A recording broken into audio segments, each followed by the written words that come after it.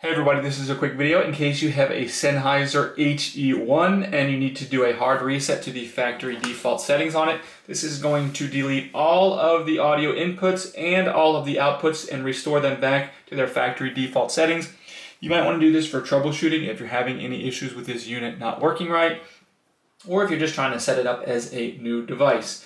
All we need to do on this is really simple. We're just going to go to the power switch right next to where it plugs in, and we're just going to head and just flick the power switch to off and wait until the LED goes completely off, indicating that it is completely off. Once you do that, you'll need the remote control. You're just going to press and hold the volume up and the volume down button on the remote control simultaneously, and while holding those both down, you're just going to flip that switch on the device back to on.